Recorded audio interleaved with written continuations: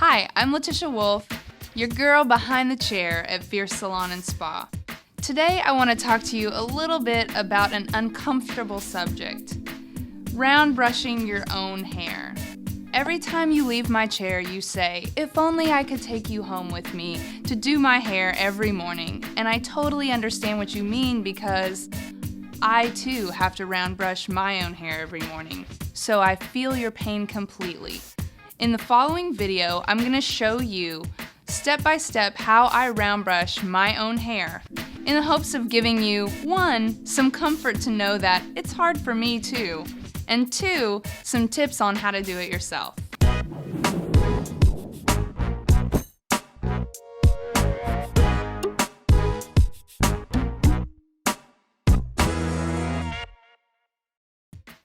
Okay, before we get into the real work, let's talk about the tools you have at home for a second.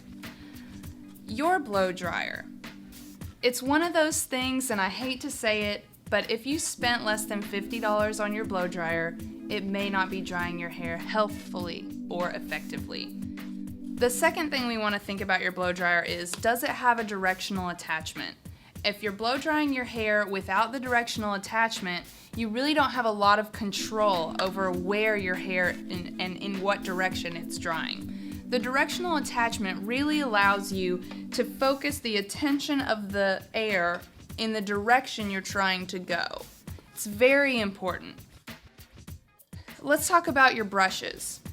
You want to have a brush that's the right diameter to where it can go around your hair about 2.5 times. If your brush is this big and you have short hair, you may want to look at getting a smaller brush. And the same goes if you have very long hair and your brush is very skinny, you may want to get a larger one. The other tool we need before we get started with our blow dry is control clips. You can use alligator clips, or I like to use these kind of control clips, but really anything that's going to get the hair up and out of your way. And of course, as always, if you're doing any kind of heat styling, you must use a heat protectant. I'm pretending, and my hair's already dry, so I'm not going to be using a heat protectant today, but that is also essential. Before we begin, we want to get the hair almost all the way dry. This is something that I think a lot of people miss. They get home and they just maybe dry their hair a little bit and start sectioning it out to round brush. You want to get your hair almost all the way dry before you start to actually clip it into sections. This will save you a lot of time. So really, if my hair were just a little damper than it is now, it would be the perfect condition to clip up for the round brush. We want to clip up, go mid-eyebrow and mid-eyebrow straight back, and then join those fingers together. That's our top section. And these sections don't have to be super neat because they're not going to show in the finished style. This is really just getting hair out of your way. So that section, I don't know if you can see, looks kind of like that. The second section is going to be the top of your ear to top of your ear, straight back.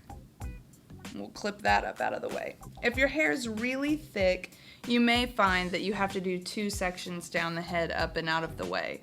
But 1 seems to be fine with me. I like to use large sections, huge detail. I don't like to do really skinny detail work, especially on my own hair. You want it to last, you want to get your hair done in 10 or 15 minutes tops. So I've got my hair, it's almost all the way dry, and I'm going to start my round brushing. So it's fine to set down your dryer and your brush as much as you want to in the bathroom. You shouldn't feel like you have to hold them all the whole time like we do. We're working on someone else's head, so it's very easy to do. But at home, even myself, I set my dryer and my brush down quite often. For our first section, we want to just get the brush in.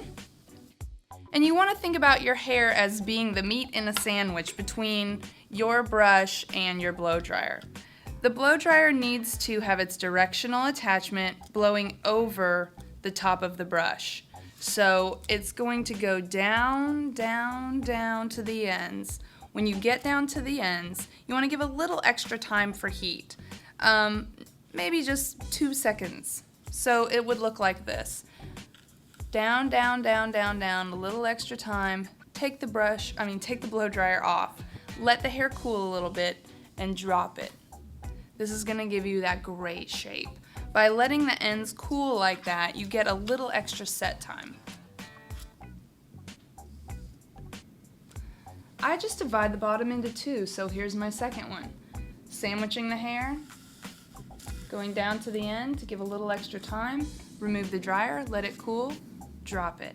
Same if you had a bob, you would just be dropping it right here. If you had really short hair, you would be dropping it right there. But it's still all the same setup. So we've got our little bob dry. Now let's drop our second section. I'm gonna divide that one into two as well. If you've got thicker hair, you may have to divide it into more sections.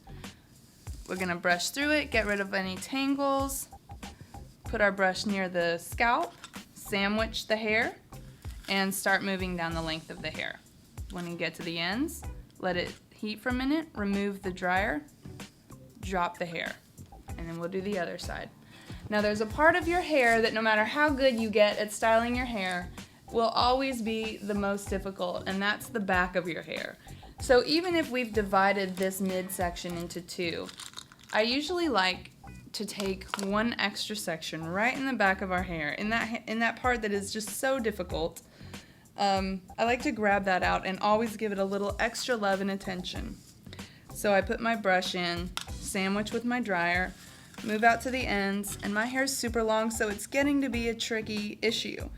In that case, I can take the dryer off and kind of pull this hair around to the side and finish it out over here.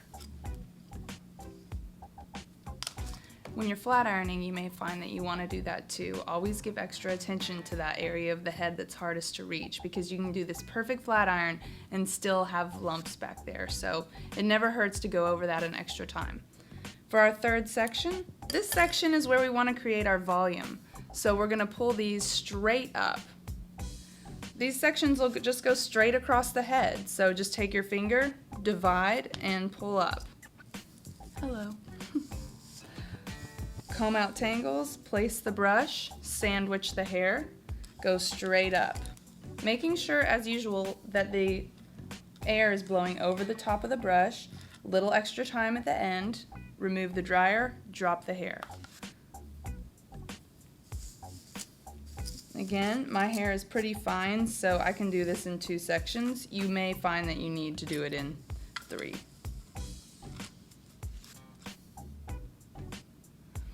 Now, oh yeah, I'm looking really beautiful. I've got a little mirror down here that I'm referencing so I can see my bangs were looking beautiful right then. Speaking of bangs, a little trick about your bangs. We all love that gorgeous off to the side swoop, but it's like if we dry our bangs off to the side, they look flat. So this is how we do it. You go in to create the volume doing your curl straight down. But then, at the very last minute, when you pull off of the brush, turn the brush straight up and down and pull back sideways. So with the dryer, that's gonna look like this. We are creating the curl straight across. Then when we get to the end, remove the dryer, turn it straight up and down and pull off this way. That's gonna give you that really nice swoop. Whether the hair is longer and you're swooping down here or shorter, that's the motion that we use to make that shape. At that point, when my hair's all set, I've got a lot of volume, I would grab a little pomade. I like to use Outshine by Redken. It's a level 1 hold, super soft. Put a little bit in my hands, rub it together, and then I'll go and just kind of form the shape of my blowout. My blowout, I think I wanted to be a little bit more curly, so I would kind of twist my hair a little bit. Maybe you made a bob, so you're just smoothing the shape, putting a little bit through the bangs.